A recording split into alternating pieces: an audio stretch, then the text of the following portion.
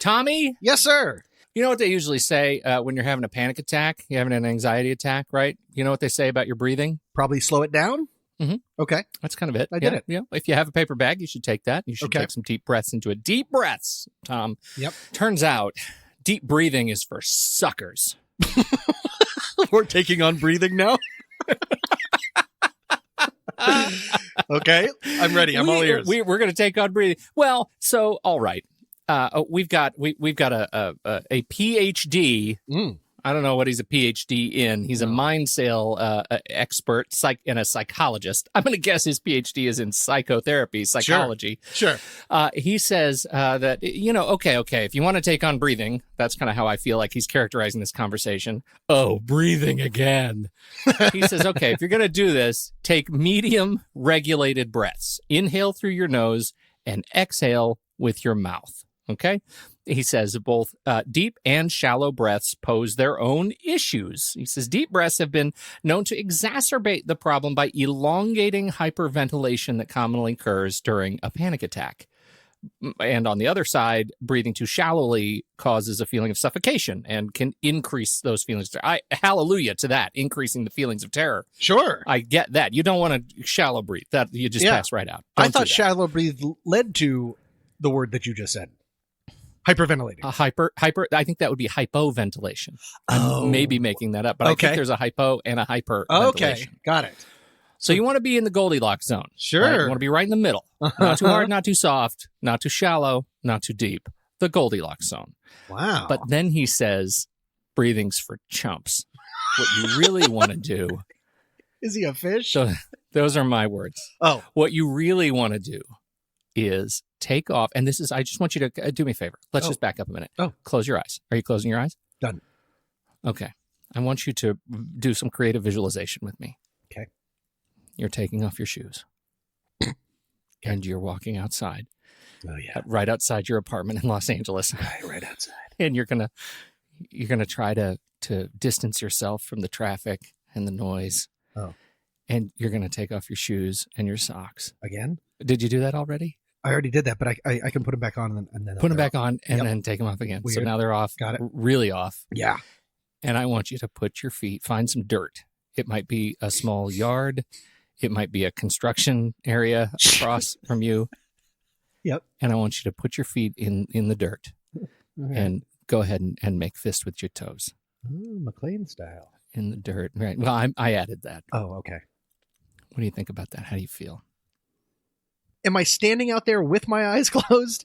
Or are my eyes closed just No. Because that's actually scary. No. Oh, okay. I didn't know if that was part of it. Totally failed creative visualization number 1. You're the one that had me wandering into a construction zone with my eyes closed. I'm on top of things, Pete. Oh, for crying out loud. No, I get it. So I'm there. The worst. No, I'm there. I'm back. Yeah. What is that? I would think that could actually be calming, if only because it's redirecting. It's giving me something to concentrate on, something tactile. It's very repetitive, so it's not interesting, but it takes just enough attention to draw it away from something else. There you go. Look what a smart guy you are. This is what Dr. Stout says. He says that anxiety is just energy, and it can flow out of the body and mind just as quickly as it arrives. And so he recommends this practice. This is not a metaphor. This means you need to go find some dirt and ground yourself. This is grounding. You are sending the anxiety, the energy back into the earth and giving yourself a reprieve. Oh. If you are any sort of misophobe, I would say if you have that abnormal fear of filth or specifically dirt, this is probably not for you. I like the idea of the anxiety going into the ground, but I would still like to be able to control it and unleash it on someone else. That's what my sad superpower is that I could take my anxiety and X-Men it onto someone else, and now they're relatively anxious and I'm doing great. What a terrible Avenger I would be.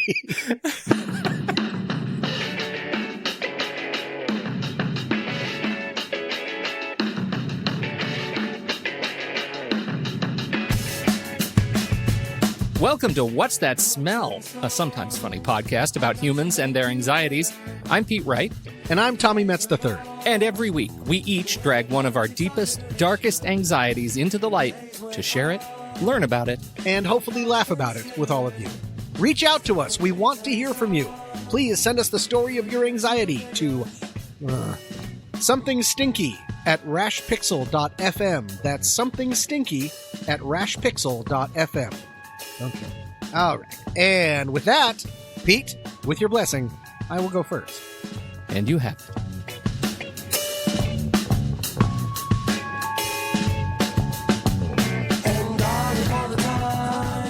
When I was in 7th grade, I had the chance to sing a solo in front of the entire school, or what I remember as the entire school. It was probably like 8 people. But when you're in 7th grade, 8 people is the world. It was part of a choir concert, and it would just be me and a pianist. And I had chosen to sing What a Wonderful World by Louis Armstrong, partly because of its use in the movie Good Morning Vietnam. Do you remember that entire part of Good Morning Vietnam, which at the time I was obsessed with? It had come out the year before. There's that whole montage about Vietnam, and they play What a Wonderful World in its completion. Does that sound familiar? This is not important. Yeah, oh yeah. You do remember that. Okay. Oh yeah, totally. Oh, absolutely. It's That's very why that was on my mind. I'm not an old soul. I just always loved that. And then it finishes and he goes, the great Satchmo. And I was like, what's Satchmo? Anyways, back to me. Anyways, I had loved the song. I'd been practicing. And just to relive the moment, Pete, I would like to sing a portion of the song for you. Very short. Oh, outstanding. Okay, this is a little glimpse into the past. And I didn't do it with an accent, like with a Louis Armstrong weird accent, because that's probably racism. Here we go. I see skies of blue and clouds of white, the bright blessed day, the dogs say goodnight, and I think to myself, what a wonderful world. Not the best, but how did that sound? No, that was quite something. Did anything sound a little bit weird? It did. I have to tell you, I'm not entirely sure that those are the words, but maybe I've been hearing it wrong all these years. What do you think I said? I kind of think you said that the dogs say goodnight at some point, and I'm not sure that's it, Tommy. Pete, that's exactly what I said. And that's what I said up on that stage in the 7th grade. The bright, blessed day, and the dogs, say goodnight. Of course, the original lyric is the dark, sacred night. But I think this was before the internet. No, this was absolutely before the internet. And so I couldn't just look up lyrics. And I'd always heard it as the dogs say goodnight. I guess meaning like they howl, like dogs howl at night. So they're saying goodnight. I don't know. It never got that far. But I said the dogs say goodnight. And no one noticed. I bet you really leaned in on it too. I had a clip. It was weird. No, it was fine. I completely got away with that. No one knew that I said it because you were able to capture it, but potentially because I had sort of warned you that maybe something's coming up. Yeah. No one ever noticed it, and it wasn't until a long time later, Pete, in California. I had graduated from high school, college, moved here, and it was a part of some terrible spoken word poetry at something that I'd gone to years ago, and someone just was saying the words as part of it. And he just said out loud, in the dark, sacred night. And I said, oh no. It's been decades where I have been thinking the exact wrong thing. Pete, that goes to my anxiety today. Wow. It is saying words or phrases incorrectly for most of my life and never knowing until it's maybe too late. This is obviously not the greatest anxiety to have, meaning the most serious anxiety, but I think some people can maybe identify with it. And maybe you can too. If you don't mind, I'd like to give you a couple more that I have found out way late in life. Okay. Good. No, this is great. Actually, let's see if we can make this a game. If you open a CD, or back in the day, a record, inside there would be a lot of text written about bands or the song lyrics. What were those notes called? Liner notes. Liner notes. Well, yeah. Until somewhat recently, I've always called them linear notes. I don't know why. They're linear notes. That's just what they are. Many of them are straight. Right. Except for the Red Hot Chili Peppers. Right. And part of this is because these are words that don't come up too much, luckily. Yeah. Another one is, what's a word that starts with H that means like a lot of excessive language or exaggeration? He was full of... hyperbole. Yep. How do you think I pronounce it? Hyperbole. Hyperbole! Hyperbole! For the win! Hyperbole for the win. And then the last one, this word does not come up very much, but it's moniker. Oh. The word moniker meaning another word for a name. And I have always When I read it, I have always in my head said monkeyer, which is just adorable. Monkeyer, what? The weird part about both liner notes, linear, hyperbole, hyperbole, and monkeyer and moniker is when I would read them to myself, I would read them correctly. Meaning I knew what they meant. And if I heard the word moniker, I knew what it meant. But if I read it, it said monkeyer, even though I knew it had I never brought them together. Does that make any sense at all? I can't really explain that. It does, exists actually. Somehow on print and verbally differently, but I know what they mean. And then this very last one that I've learned legit in the last probably 2 months. Did you call it Leggett? I did not. It's we won't worry about making this a game, but it's I have always called it acai berries. Purple berries found on palm trees, known for their antioxidants. Of course, ACAI is pronounced how? Well, see, now, Tom, you're getting into one that's mine. I've never really known for sure. I've always called it acai. Close. It's acai. You're supposed to say the ye at the end. You're acai. Supposed to say the ye? Yes. Okay, so you're not far off from other people on that one. Okay, good. So anyways, this is a little bit of an anxiety that I have of just because the real fear involved is I wonder how many people I've said it to throughout my life. Yeah. These things, it's like having food on your face and no one tells you, but for years, Pete. Yeah, like decades. Like you have pizza and then 10 years later they go, by the way, you have pizza on your head. What are you doing with your life? Rethink things. Do you have any connection? We already talked about acai berries, but do you have any kind of connection to this? I think so. Now, correct me if this is if I'm not thinking about this correctly, but I think you're referring to a trend to malapropisms, right? I mean, that's but maybe not. Like, can be. This was the Yogi Berra thing, right? Texas has a lot of electrical votes instead of electoral votes. Kind of. It happens when speaking, but it gets near malapropisms. It gets near spoonerisms, but it's not exactly the same. I did some digging trying to find an actual phobia of this, and I was able to find orthographobia, but that's the fear in which people are afraid of making spelling mistakes. Okay. A lot of them get very close. The one that I was closest to be able to find it's a fairly new one. It's called grammar anxiety. And it's the basic idea of... That sounds like a jacket I'd like to wear. Grammar anxiety? Yeah, I'm going to put that one right on. If that's a thing, I want to own it. It's the idea of that you need to speak and write correctly for social acceptance. It's usually found in people where English is their second language. Mm-hmm. And so they are worried about not being able to fit in. But still, grammar anxiety, there's something in that seems to connect with what I'm saying. Does that... Totally. Yeah. Okay. Totally. Absolutely.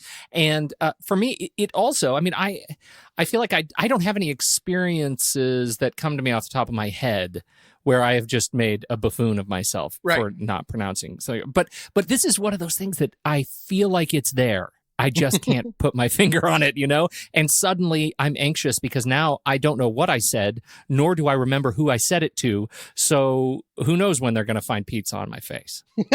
I wonder if part of this gets into in a very different way, but slightly your imposter anxiety from before. Yeah. There's something about being found out. I would like to think that I am a smart person, well-educated, and people pay me to speak in front of them. I have an undergraduate degree in writing and performance. Like, I should be able to get through this, and yet... And then you're giving a speech and you say... And as Louis Armstrong said, the dogs say goodnight. And they're like, nope. Did he say that? We really need to look at that. It's better. I think you could maybe be able to get away with it in a speech. In a speech, because they'll be like, oh, interesting. I get it. Yeah, if you TED Talk it, they'll just assume that it's smart. Oh, yeah. And somebody will go and look for it and put it on Lyric Genius. And suddenly you are... Right. You are a great I'm find. the genius. You're the cultural ideologue. Well done. But yeah, being involved in corporate training at times, I'll be speaking in front of 300 people at a time. That's not a lot, but it's a lot for some people. And with young storytellers, this week, I'm actually leading what's called a big show for young storytellers, and it involves hundreds of people. And with that involved, because one-to-one, if I was to make a mistake in front of someone, it's kind of embarrassing, but I'm a fairly self-deprecating person already. I'm pretty easygoing about pride, so that's not the issue. It's the idea of being paid to teach people, and that bubble bursting immediately. Because imagine if someone said that they knew a lot about computers, and they pronounced the word meme as mimi. Yeah. Pete, that happened to me recently. someone called it a meme to me recently.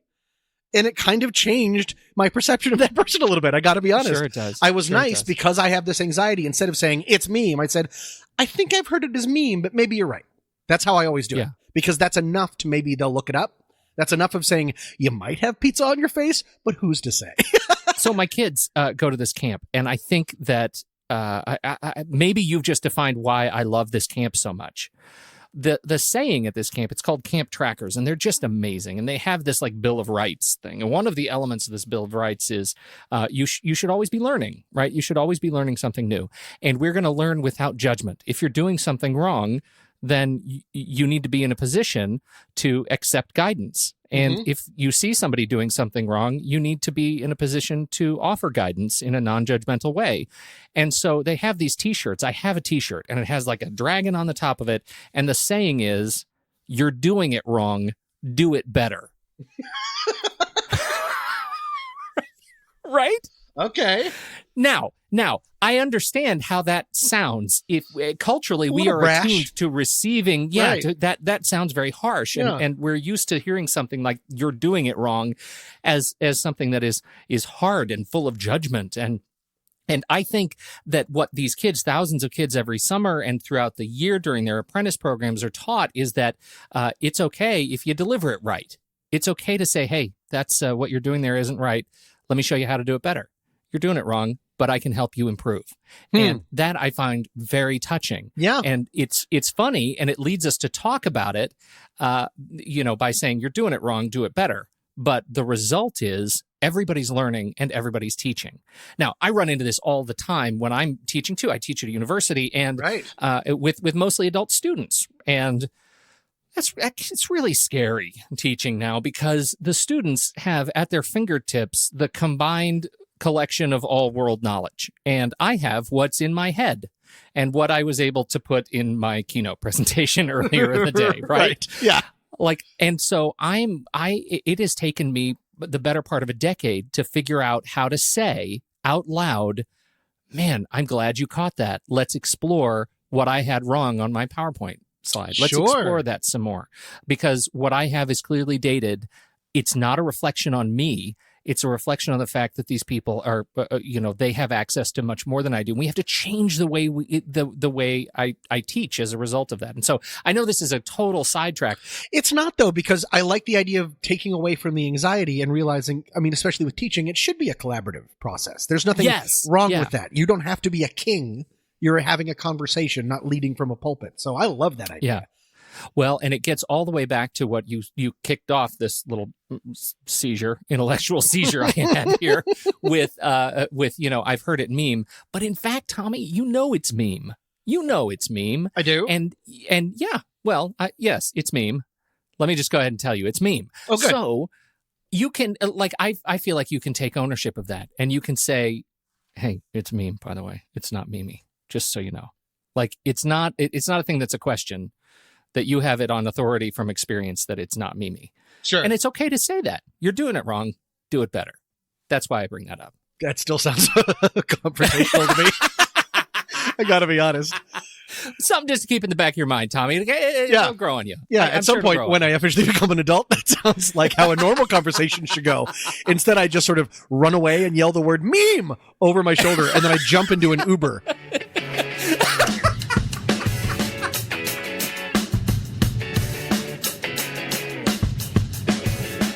I need to tell you just about my state of mind. I'm exhausted today. I didn't sleep. I had a stressful night, no sleep, stress and anxiety. I couldn't get to sleep. And you know what that does to you the next day? You're a mess. Sure. You're a disaster. Absolutely. That's me. I'm a disaster. And so, of course, as a disaster, I'm driving around and I'm listening to the news, Tom. Ooh, that's fun. It makes me just hate people.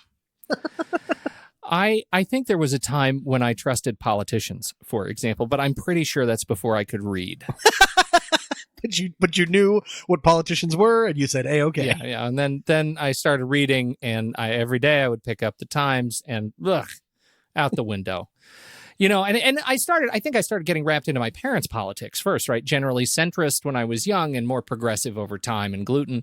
And then I went to college and, everyone has to be an advocate in college, and suddenly politicians truly sucked. Like, it wasn't just this sort of generalized air of suck. It is a true sucking vacuum of suck everywhere. They're the worst because I'm in college and I am an advocate. Yep. They're just the worst. And so, I'm home for break in college. It's probably between sophomore and junior year, maybe junior, senior. I don't know.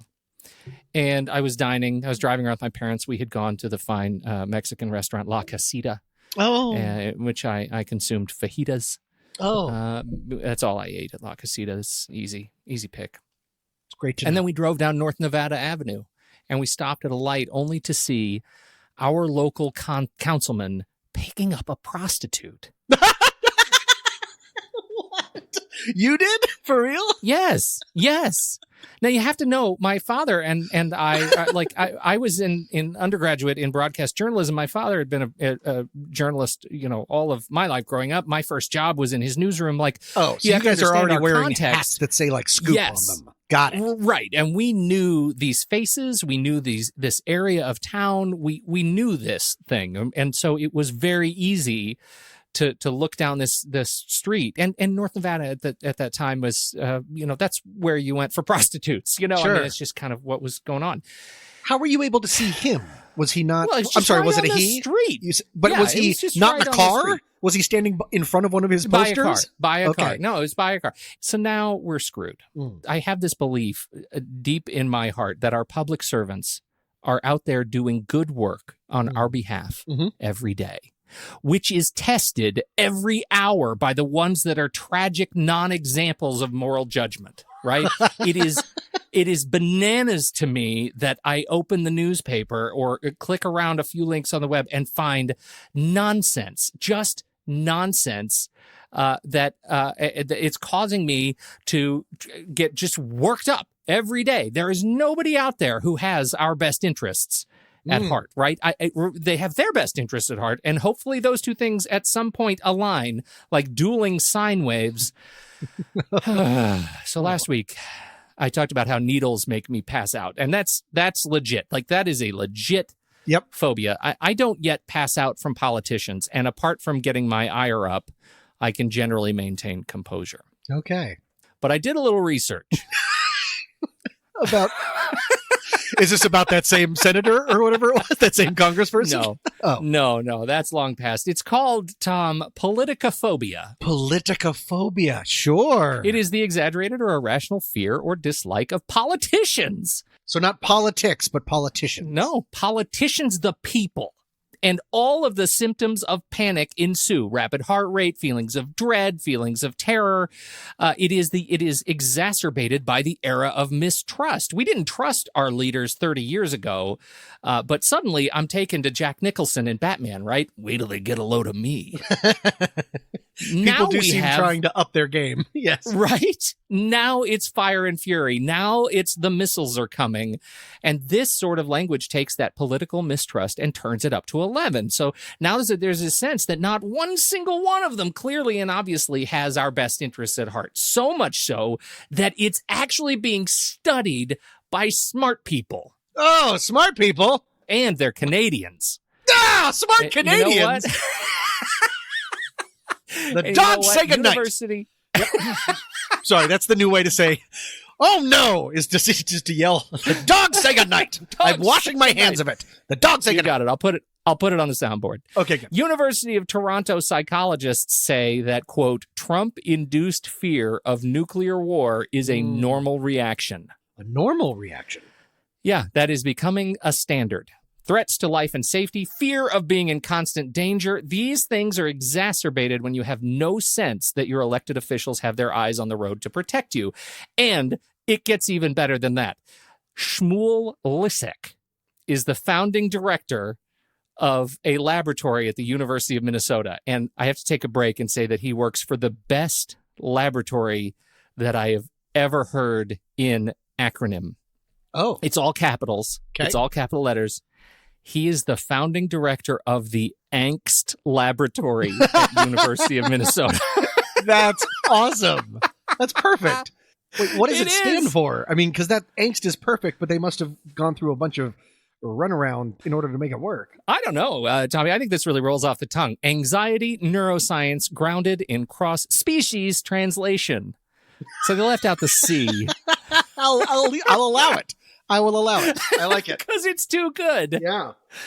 Anyway, Shmuel Lissick, he says from an evolutionary perspective, organisms that were overly cautious in the face of low probability threats were more likely to survive and pass on their genes. And humans inherited those genes. We are hardwired to err on the side of caution. And in this day and age, erring on the side of caution can be exacerbated by the news, the media attention, and the general sense of noise around information.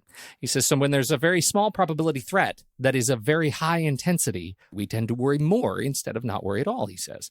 And this, Tom, leads to, I think, the mother of all anxieties. Oh. And I've decided I should have probably waited until our penultimate episode to do this to you, but I'm going to do it now. I'm going to play this card now and see what you have left over. It is apocalypse anxiety. Eesh. Yeah. May I ask a follow-up? Sure. Do you know if that has to do with, is it always man-made? Could it be biblical? It's across the board, the end of the world. Oh, no, it's definitely it's definitely end of the world thanks to threat of nuclear war. Oh, it is. Oh, yeah. Oh, okay, yeah. so we're okay. No, it is man-made, right? Yeah. Here. Right here. Yeah. Fear of nuclear war. Well, and the way they talk about it is fear of nuclear war or some sort of apocalypse in general, but it only came around since around the Second World War. Right. Mm-hmm. It's not a thing people were talking about as an anxiety in, good old Macedonia. Like, this is a thing that is a child of modernity. It's a child of us having phobia. nuclear. Yes. Got it. Yeah. Okay. Got it. Yeah. It is a child of modern warfare. And so here you go. And this is where I pose these questions to you, and you don't necessarily have to answer them. But I'm going to answer questions, and I'm going to answer them. Okay. Right. Well, let's see. Okay, well, let's see if that's even possible. I look forward to you throwing your all into it. Therapist Michael Salas at Vantage Point Counseling has a few things to ask yourself the moment apocalypse anxiety strikes. Ugh. Okay, wait, let me get in the moment. Okay, I'm there. Close your eyes. I'm on the construction site. I'm making fists with my toes. Got it, go ahead. If the event were to happen in the future, how would worrying about it now help? Preparation. Oh, apocalypse. Right. Mm-hmm. It wouldn't, I guess. If it's talking about the end of the world, no amount of canned goods or guns that I buy will make a difference, I guess. Right. So I guess the rational way of saying that is it wouldn't.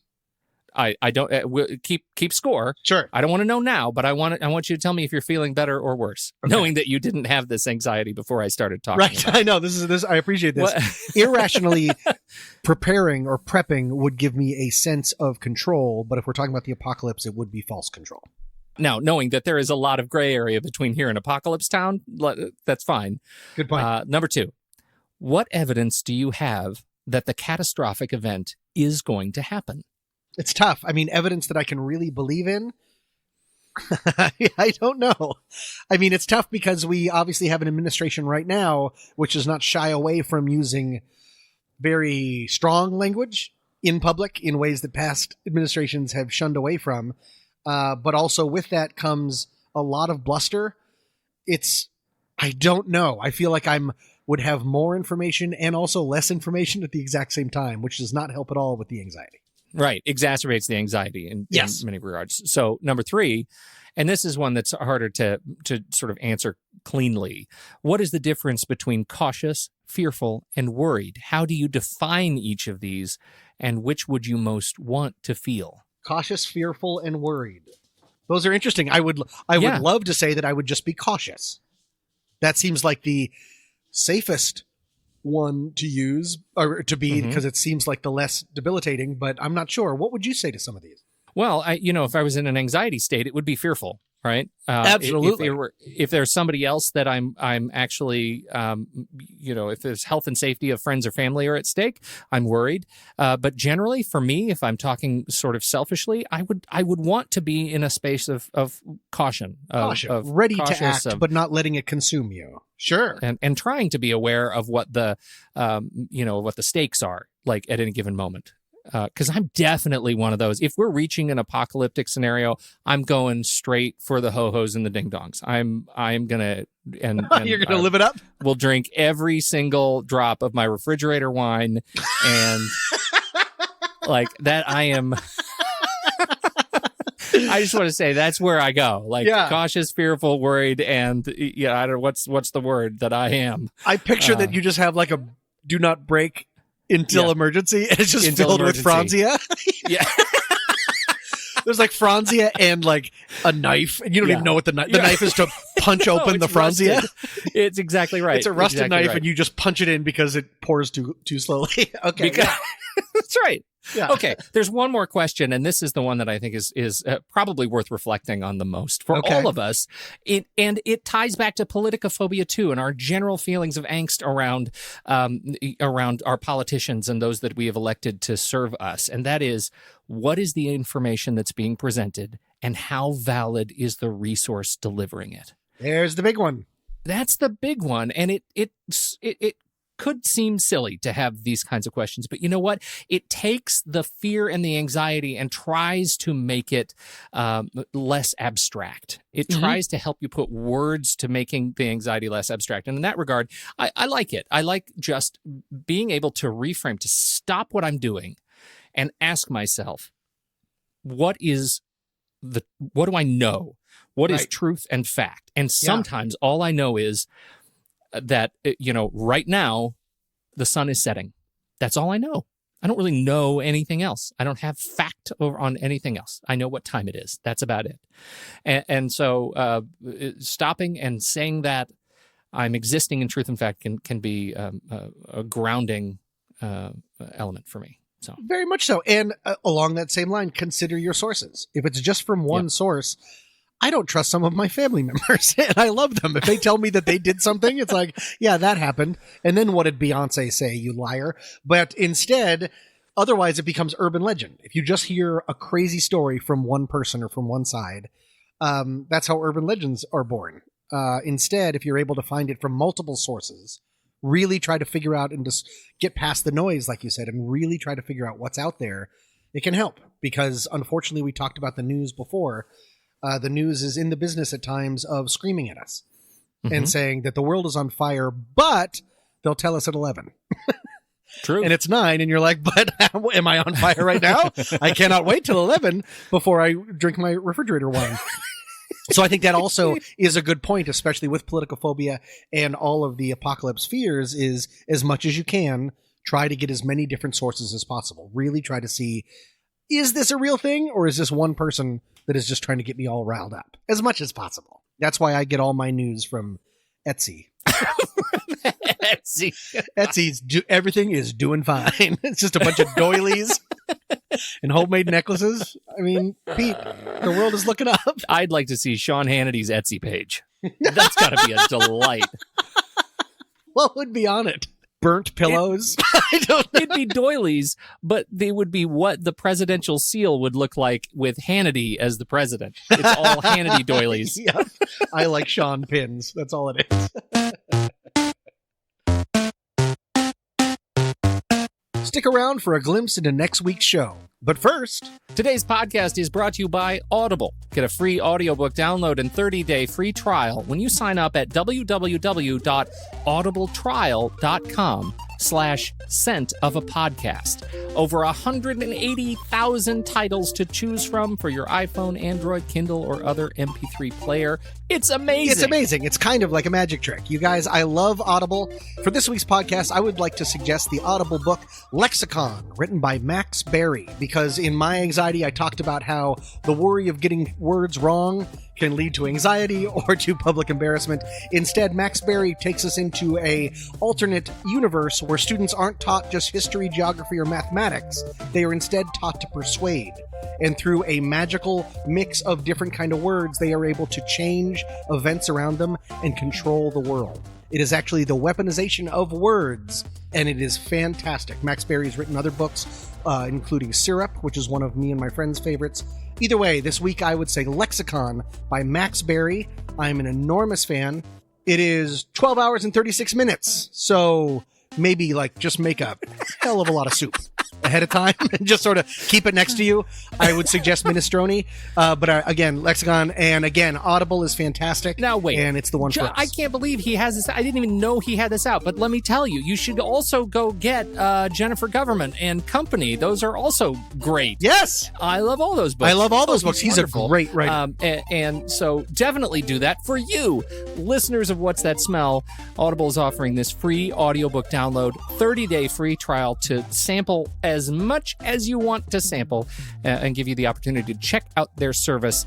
If you decide not to stick it out, you cancel within 30 days, you keep the book. You can keep this Max Berry genius, Lexicon, and never have to hear from Audible again. Really, you don't. You can just break up with them. All you have to do is visit www.audibletrial.com/scent of a podcast to get started today. And guys, real quick, we've been getting some amazing feedback from the episodes, and we appreciate you so much. And we really just want to say the best way that you can help the podcast, if you're enjoying what you're hearing, is give us a 5-star review on iTunes or Apple Podcasts, and then please give us a comment. Let us know what you like about the show, and then share it with at least one other person that you like. You can put it on Facebook if you want. That'd be amazing.